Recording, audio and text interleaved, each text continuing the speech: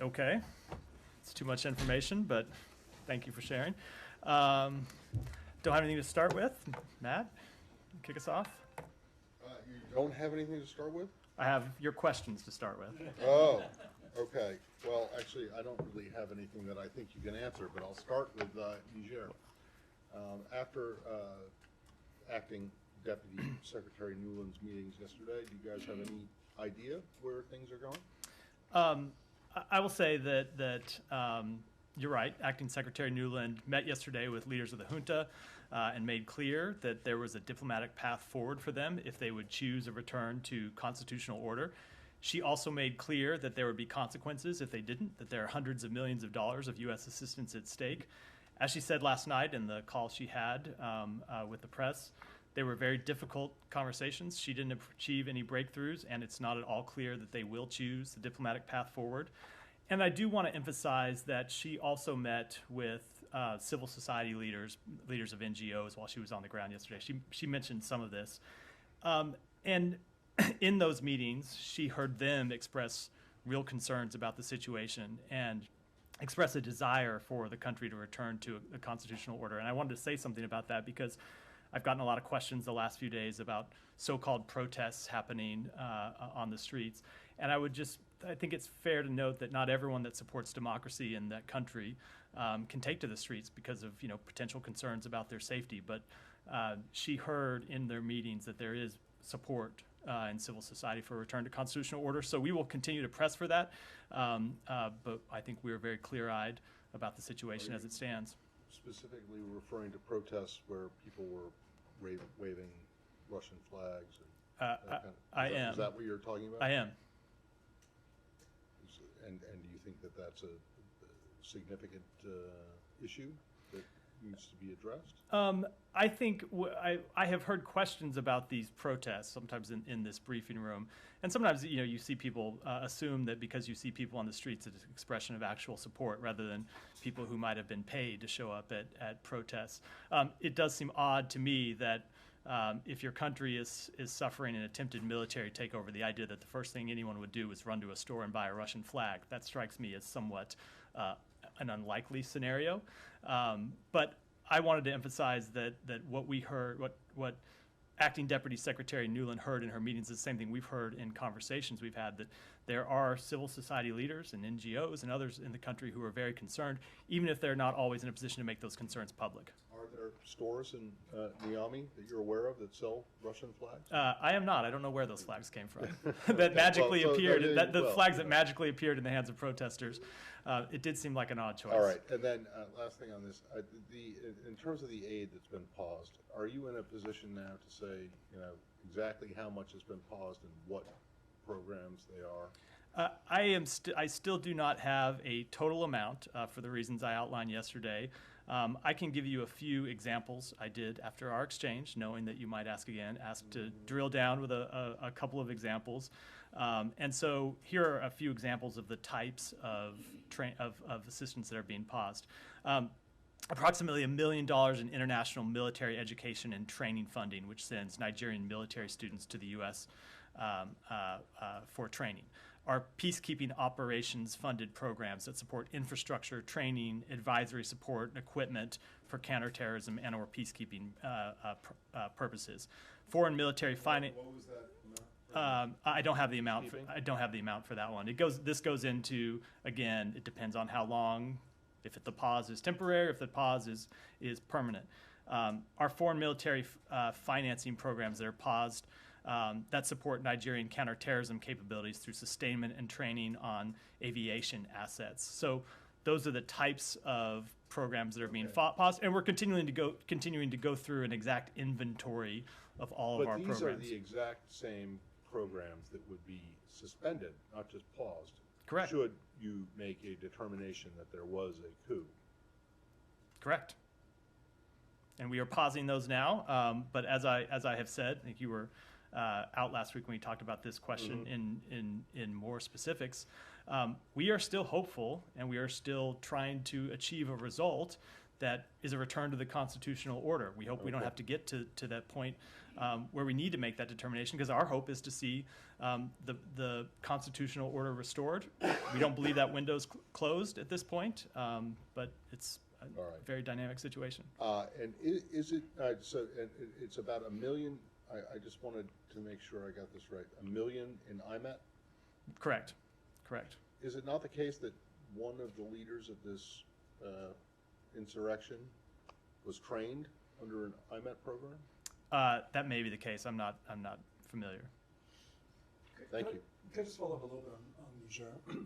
The secretary, in his interview with, because it took place yesterday with the BBC, talked about Wagner potentially taking advantage. Can I just ask for clarification? Is he saying that he's seeing that happening right now, or is he warning against this happening in the future? He was referring to the comments that Yevgeny Prigozhin made last week when he publicly, or last week or over the weekend, when he publicly was celebrating the events in Niger, and the fact that we certainly see Wagner take advantage of this type of situation whenever it occurs in Africa. We, as I've stated before, did not see any role by Wagner in the instigation of this attempted takeover, and we have not seen any Wagner military presence as of yet in Niger. I don't have any specific Wagner activities that I can make public at this point, but we saw Yevgeny Prigozhin publicly celebrating what's happened, and as I said, it did seem a very odd event that we had a bunch of Russian flags show up at so-called protests in support of the junta leaders. Sure. Could I just, unless you want to follow up on this? So it's only the mysterious flag purchases that's the evidence that you're citing for. I'm not citing any of it other than what I just said, which is I think it's very strange that if your country is taken over by a military junta and you want to show your support, the way you decide to do that is by running out and buying at, I guess, a store locally, a Russian flag. That seems like an odd choice. To follow on to that, some of the reporting from Niger, not to say that what the innuendo that you're implying is, it may be correct, but there's also possible that, based on some of the reporting, that there are some people in Niger who are leaning towards Russia because there's a historic dislike of France, particularly, and the US is grouped in with France. So I wondered, rather than this sort of suggestion that maybe the flags were bought by Russians or whatever it is there some concern that there could be actually legitimate or genuine feeling in the country of we would rather be aligned with the Russians because we've had a pretty bad experience with Western powers in the past? Look, it is certainly a big country with a diversity of views. So I am not going to in any way try to stand here and speak for every citizen of that country. I will tell you that we, in our conversations with leaders of civil society and NGOs, including the conversations that Acting Deputy Secretary Nuland had yesterday, so we have heard support for a return to the constitutional order. And remember, it is the people of Niger themselves that that chose a democratically elected president that has now been placed under house arrest as a result of this junta. So I will say that and then add on top of that, as we've said before, look, anytime you see instability, or I shouldn't say anytime, but as we've seen before during instability in African countries, you have certainly seen Wagner try to take advantage of that. And even in the last few weeks, you've seen Yevgeny Prigozhin making public remarks trying to do the same thing here. And just, sorry, one other thing. You mentioned that you still have some hope that things can be reversed. Is there, what's that hope based on? Is there any, from the Deputy Secretary's trip, is there any anything you can point to as like this gave us hope? She didn't even get a meeting with the junta leader. So. Look, we do still have hope, but we were also very realistic. And you heard her say yesterday that the conversations she had were very difficult. As I said in my first comments, we are realistic about the situation on the ground. We do have hope that the situation will be reversed. But at the same time, we are making clear, including in direct conversations with the junta leaders themselves, what the consequences are of failing to return to constitutional order. Just follow up on Niger. We've discussed, of course, last week a lot about the civilians, American citizens. Can you talk about the status of U.S. soldiers? I know it's obviously a Pentagon issue, but in terms of U.S. troops there, is there any move to withdraw them to to relocating. I will defer all comment on that to the Pentagon. I just don't think it's appropriate for me to get into it from here. Others on Niger? Sure, yeah, go ahead. Coming next. Deputy Secretary Nolan said that he was under virtual house arrest. She was not allowed to speak with him at 1 p.m. Do you know, has anyone been able to contact President Bazoum? Yes, we've had a number of conversations with him, including yesterday. It's possible people have had conversations with him today that I'm not aware of them, but I know we had conversations with him by phone as recently as yesterday. Okay, so what kind of content these conversations have? I mean, what do they talk about when they speak with the president who's under house arrest? Sure. What do, what they say? The cavalry on its way, or So I will speak to the conversations the secretary has had with President Bazoum, and in those conversations, the secretary has, number one, looked for an assessment of the situation from President Bazoum. Number two, he's been checking on his safety and his health and the health and safety of his family. And number three, he has been assuring him that we support the return to the constitutional order, and that is the position of the United States, and that is what we are trying to work towards. All right. Is the U.S. still in a position of not calling what's happening in Niger a coup? It is at this point an attempted military takeover, but again, we are still working to achieve a different outcome, and we are hoping to see President Bazoum released from house arrest and able to resume his duties. And what are your expectations from the emergency summit of West African leaders to be held on this Thursday? So I wouldn't want to speak to that in advance of it happening. Obviously, we've been in touch with leaders of the members of ECOWAS, and will continue to be in touch with them as we try to resolve this situation. We have been fully supportive of their efforts to resolve it. On this matter, will the U.S. attend this meeting on Thursday? Well, we're not a member of ECOWAS, obviously, so we wouldn't be. So we would. Hold on, let me finish. We're not attending we're not a member state. Whether we have someone attending as an observer, I don't know. Yeah, stay on this topic. Yeah, go. I just want to circle back to the coup question. What glimmer of hope are you holding on to if, based off of Deputy Acting Secretary of State's trip, there was little movement? I mean, we're almost 2 weeks in. He's still under house arrest. He's not in control. What sliver? That we remain in conversations with partners in the region, with civil society leaders, with leaders of NGO groups, and we believe that the people of Niger who elected President Bazoum support a return to the constitutional order. So that is the policy we will continue to press and try to achieve. But I recognize that this is a difficult situation, and the outcome here is uncertain. But we are not ready to throw up our hands and go home and stop trying to achieve a return to democracy and a return to the constitutional order. We are going to continue to press for that outcome because it's one we support and one we believe ultimately the people of Niger support. Yeah, Shannon. On consequences for the U.S. and potentially other countries around the world, if in fact this attempted military takeover is not reversed. What do you think might happen if, even if the current power state stays the way it is, on collaboration with counterterrorism, given how intractable the junta seems to be? Again, I don't want to speculate about decisions that we make down the road. Right now, we are trying to return to a constitutional order, or trying to see Niger return to a constitutional order. But we have made very clear to the leaders of the junta that there will be consequences with respect to the assistance that we provide them if they don't return to a constitutional order. What those consequences will be beyond what we've already discussed, which is the hundreds of millions of dollars of assistance that we provide them. Not ready to get into that at this point because, again, we are trying to achieve a return to democracy here. Yeah, go ahead, Kylie. The ECOWAS angle of this, I mean, they've obviously threatened to take military action to reinstate President Bazoum, and you said that the U.S. fully supports their efforts to resolve this. So if they did take that military action, the U.S. would support it? We are supporting a diplomatic path at this time.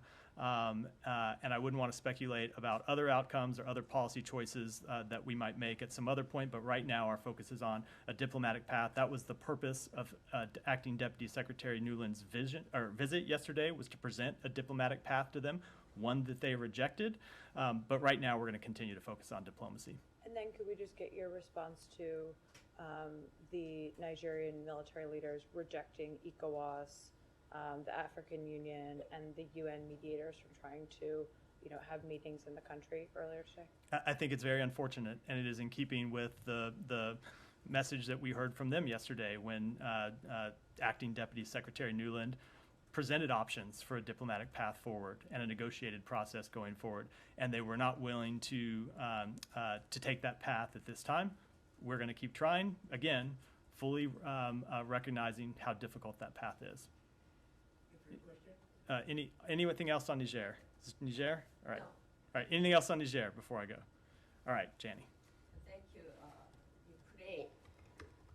Do you have any specific information about the arrest of a Russian spy who was trying to assassinate President Zelensky? I've seen those reports. I don't have any specific comment on them. I would obviously refer to Ukraine to talk about that in any detail. But obviously, we've seen Russian espionage and Russian intelligence activities in Ukraine for some time. That is not in any way surprising, and we fully support Ukraine's general efforts to hold people accountable for those activities. North Korea continues to operate the vessel sanctioned by the UN Security Council, and China is providing used vessels to North Korea. What sanctions will the United States impose on countries that violated sanctions?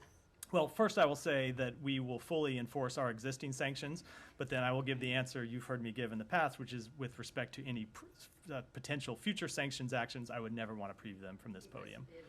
China have 10 years, they still provide these ships, so do you have anything about this issue when Secretary Blinken meeting with the Chinese? I don't want to comment anymore with respect to any potential sanctions actions other than what I just did. Go ahead, Alex. May I get a reaction to Russian missile strikes last night on residential buildings in eastern Ukraine, in Pokrovsk? One of the buildings was known apparently to be used by journalists, so they're not even hiding that they're targeting non-military targets. Is this how do you think they are responding to the peace summit that happened over the weekend?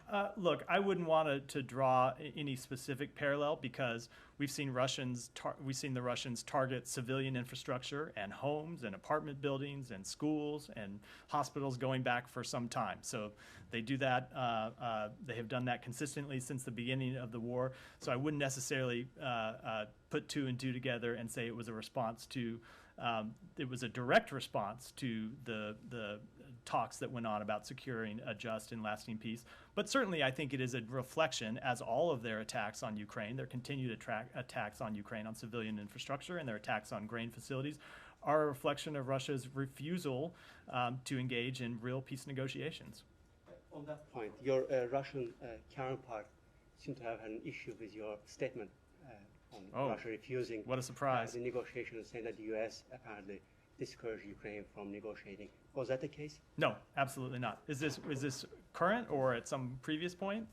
When did we supposedly discourage Ukraine from negotiating? I don't know, but it's not the case. You did offer a partial answer to my obvious follow-up question on what you wanted to help Ukraine. Ukraine's foreign minister yesterday asked the secretary in a phone call for long-range missiles. Are you in a position to share what the secretary's response was? I am not. I'll keep those private. I will keep those private diplomatic conversations private. But as I will say, as we've said before, we continue to supply Ukraine with artillery, with a whole host of weapons. We have other announcements coming later this week about additional assistance that we plan to provide Ukraine. And with respect to any other potential missile systems, they are or other defense systems, those are always actions that we consider, but don't have any announcements to make. Okay, my last question, Ukraine, Russia. Russian president is, the Turkish side already announced it, is expected to be in Turkey by the end of this month. Do you take an issue with the fact that an convicted war criminal will be visiting a NATO member and will not get arrested?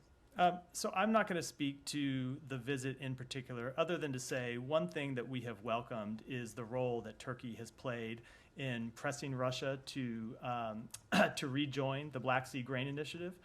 We think that they were productive. They were very constructive, obviously, in helping reach a deal for that initiative in the first place, and helpful in convincing Russia to continue with the initiative. The first, I don't know, 3 or 4, however many times it was, they threatened to withdraw before they ultimately did, and they continue to play a productive role. We think it's useful that they play that role. I don't have any comment on a potential visit, other than we do support Turkey continuing to press Russia to re-enter that initiative because it's so important. Did this come up during the Secretary's phone call with Turkish? I'm not going to read out the private conversation. Said. Sure. Okay.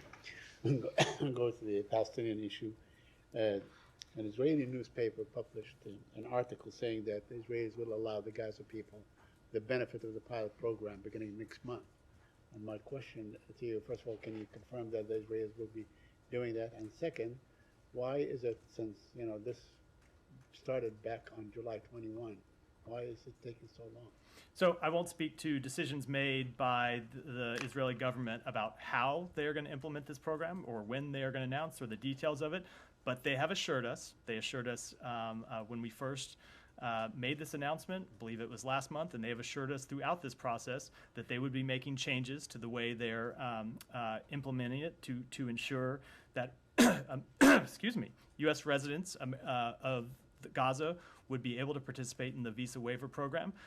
We have believed those assurances are important. We believe they're mandatory, and we look forward to them being implemented.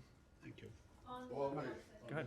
Have you seen any progress towards them meeting this goal so far? I mean, I understand that you're monitoring it and checking it out and seeing it. So what does it look like so far? They have not, with respect to Gaza, let me speak with respect to Gaza. With respect to the whole thing. Let me do it first. With respect to Gaza, they have not yet implemented the changes that they are going to make specific to Gaza because of the different security situation there.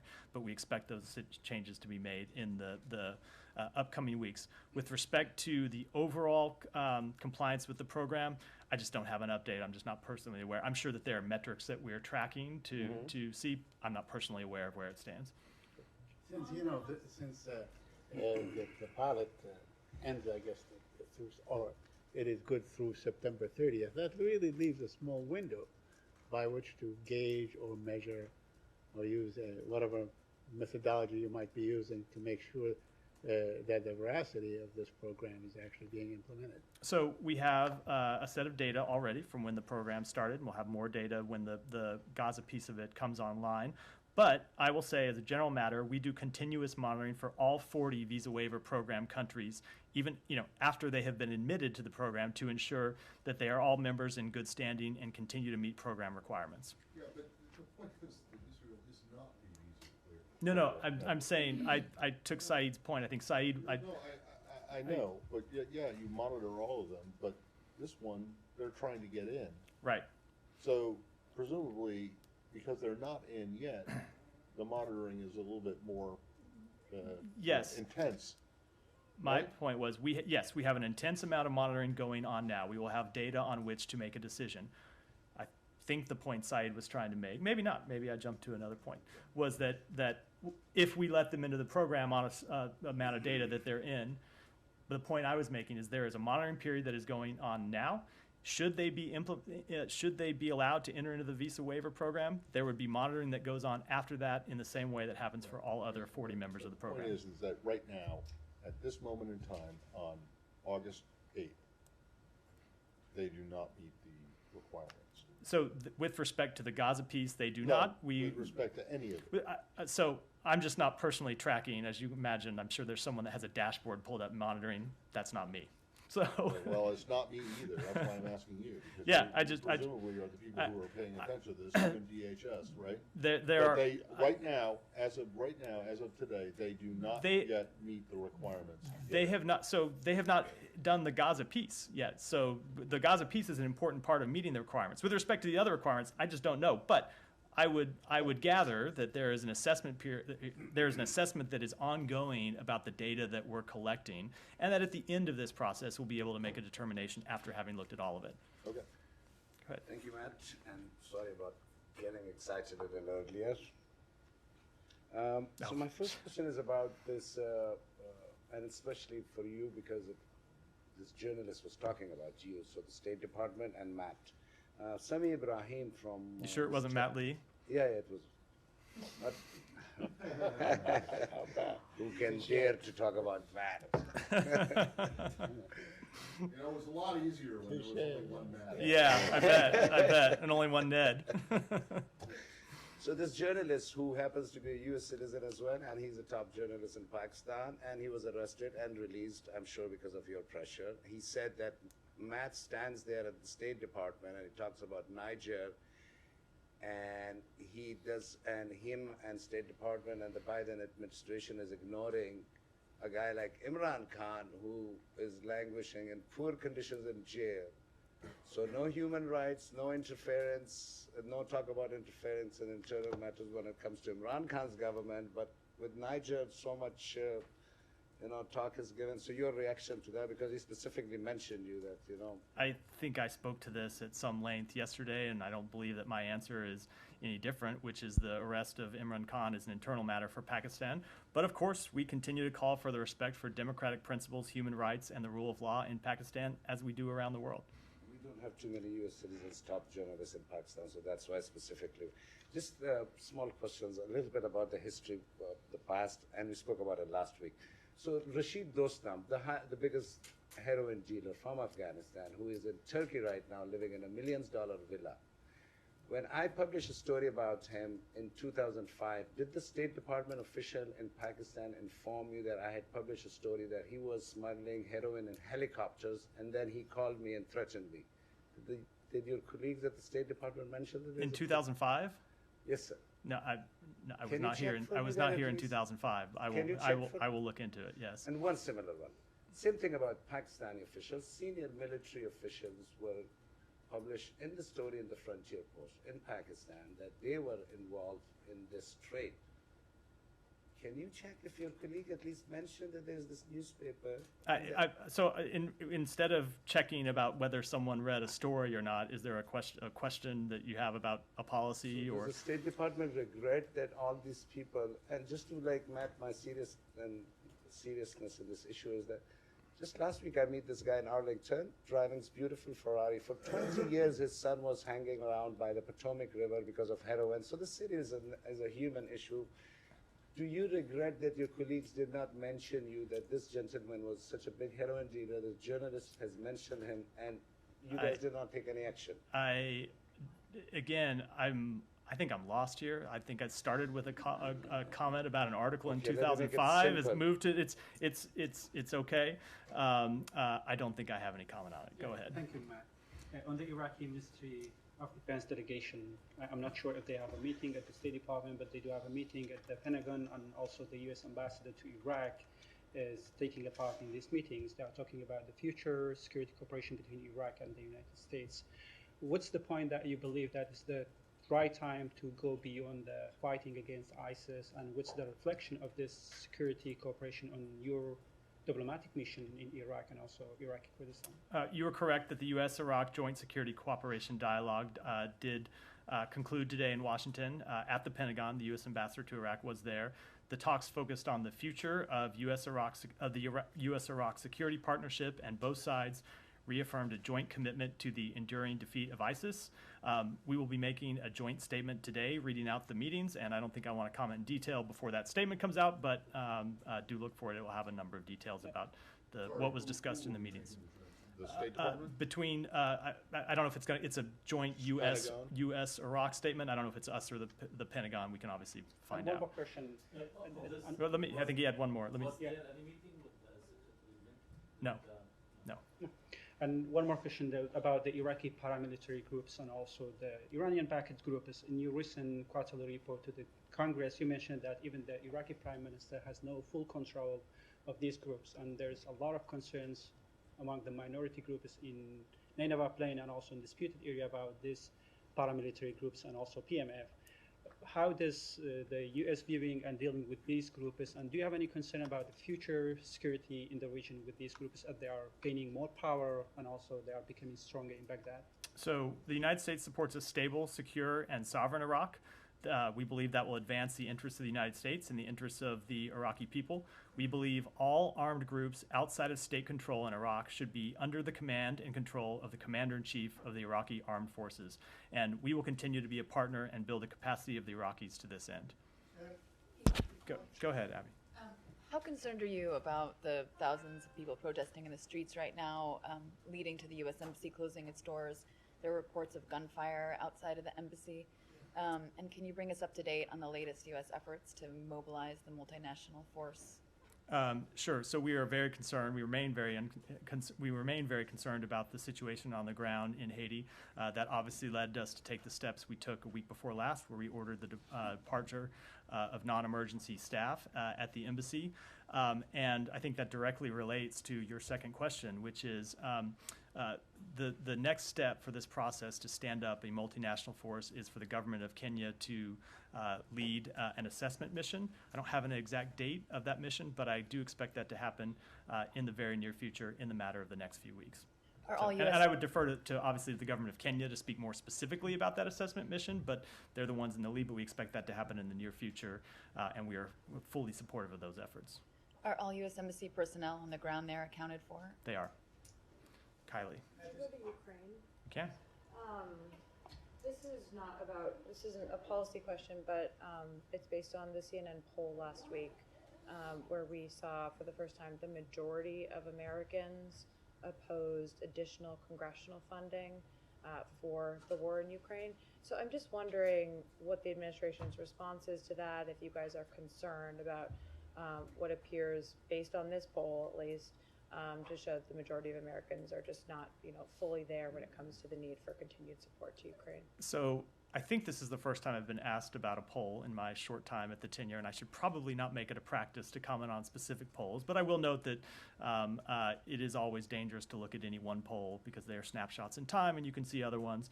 I will say that we have been heartened by the support from the American people and the support, the bipartisan support we've seen in Congress for further assistance to aid Ukraine in defending its people from Russian aggression. That support has been longstanding. It has been there since the beginning of the war, and we expect it to continue. And do you think, though, that the administration is doing an effective job at keeping the American people's support, substantial for continued support if we're starting to see numbers like this? Again, I'm just not going to comment with respect to a poll, but I will say that we will continue to make the case that it is in the interest of the United States to defend Ukraine. It is in the interest of the United States to see that democracy is preserved. It is in the interest of the United States to see that Russian aggression has to be answered.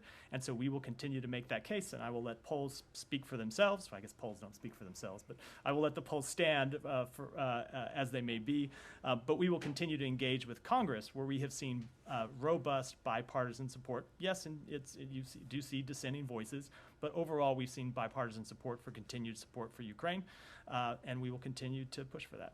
And just staying on Ukraine for 1 second, last week the department put a readout of the meetings that state, NSC, and DoD had with Ukraine regarding long-term security negotiations and agreements between the U.S. and Ukraine. Do you have any idea as to when that kind of structure for long-term support for Ukraine is actually going to come to fruition, when we'll see announcements on that? Is that something that's happening anytime soon, or are we 3 to 6 months away from that? I don't have a date. I wouldn't want to put a time frame on it because we were in the middle of those conversations. But in the conversations that we had with our Ukrainian counterparts, we did agree to follow-up meetings. I don't have a date to announce about when those meetings will occur, but there will be follow-up conversations between the United States and Ukraine. And I should note that the bilateral conversations between the United States and Ukraine are just one part of this process. The other members of the G7 are having their own bilateral conversations about how they can assure Ukraine's long-term security. And there are 12 other countries that signed on to that statement of support who will also have their own bilateral conversations. So put together, this is a multi-country effort to assure Ukraine's long-term security. I don't have a time frame on when we'll have next steps to announce, but it's something we're pursuing aggressively. Do you think Ukraine will see those long-term security commitments by the end of the year? I just wouldn't want to put a time frame on it. Before I leave you, though, I understand that it's your birthday today. Happy birthday. So I won't lead the room in song. That might embarrass, especially me. I'm the one with the microphone, but happy birthday nonetheless. Matt, yeah, right. So see, I was that was a preemptive strike by on my point. If the two of you want to sing together, that's Matt, no you one first. else has to join. Maybe afterwards on the off the record. Go ahead. Today, the protest happening in front of the State Department for Bangladesh regarding free and fair election. Do you have any comment on that? What they're doing there, and the situation in Bangladesh is really, really bad now, but they're asking, demanding for democracy in Bangladesh. So, please, what is your? As we have made clear many times, as I have made clear many times for this podium, we support free and fair elections in Bangladesh. We've made that clear publicly. We've made that clear in conversations with the Bangladeshi government, and that will continue to be our policy. Thank you. All right, you've had your hand aggressively raised for a while. Go ahead. How could I miss you? Thank you. Jackson Richmond, Epoch Times. A few questions. One, regarding the buildup in Hormuz, is the State Department concerned about the potential for escalation in view of this new troop buildup in the region? Second, what's the latest on Robert Malley? Any update? Has it been fired? And finally, what is the State Department's reaction to China and Russia sending a naval force near Alaska? So with respect to the Strait of Hormuz, I would refer to DOD for that question. What I'll say is that the United States, in coordination with our partners and allies, is committed to protecting the freedom of maritime navigation and the free flow of commerce. The Strait of Hormuz is a vital waterway for global markets with more than $1 trillion of seaborne trade transiting it annually, including 25% of global crude oil. With respect to Rob Malley, I don't have any updates beyond what we've said previously. And with respect to the exercises near Alaska, I don't have any comment on those. Go ahead, Goyal. Thank you. My question is that as far as Russia's war against Ukraine is concerned now over 500 days, and millions of people around the globe are in trouble or hurting or in many ways, including food, lack of food and security and social and all that.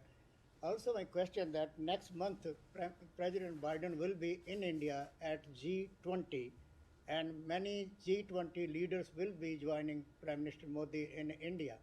You think this, as far as Russia's aggression against Ukraine is concerned, will be solved, or are we hoping anything coming out of this G20 in India? I will say that in all of our conversations with allies and partners around the world, we continue to discuss the war in Ukraine. It is always one of the top topics that comes up in all of our conversations, and I have no doubt that will be true at the G20. And sir, one more, yeah.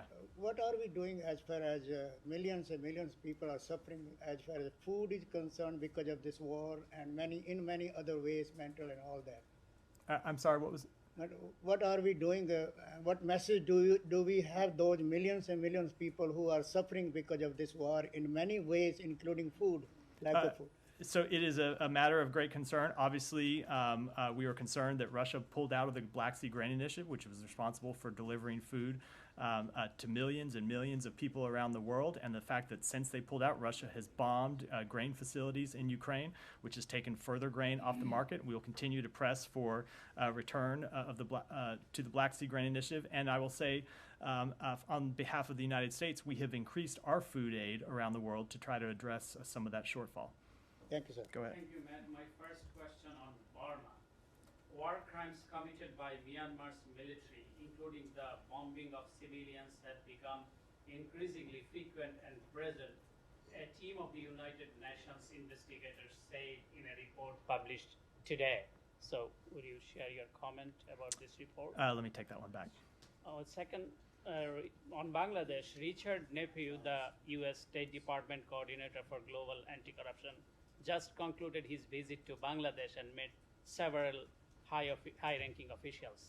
During his visit to Bangladesh, the English daily newspaper Daily Star published a bombshell report revealing that Mohammed Saiful Alam, the owner of the Asalam Group and an affiliate of the current Sheikh Hasina's regime, had laundered over $1 billion and established a business empire in the abroad. StateWatch.net and OCCRP have revealed same type of reports on massive corruption and money laundering. During Mr. Richard Nephew's meeting with Bangladeshi Foreign Secretary, he indicated that they might consider sanction as a tool against corruption. My question is, does the United States government intend to impose new sanctions, especially on those involved in corruption and money laundering? So, as I said in response to a different question earlier about a different country, we never preview sanctions actions before they take place. Generally speaking, sanctions can be a tool to fight corruption. We have other tools as well, such as freezing assets and giving partner nations information so they can prosecute cases. And we encourage Bangladesh to root out corrupt actors operating within its borders fairly and impartially. All right, I'll do one more. Yeah, go ahead. Sudan? Sure. The fighting in Sudan is only intensifying. What message do you have? What steps do you think the United States is going to take forward to stop the fighting?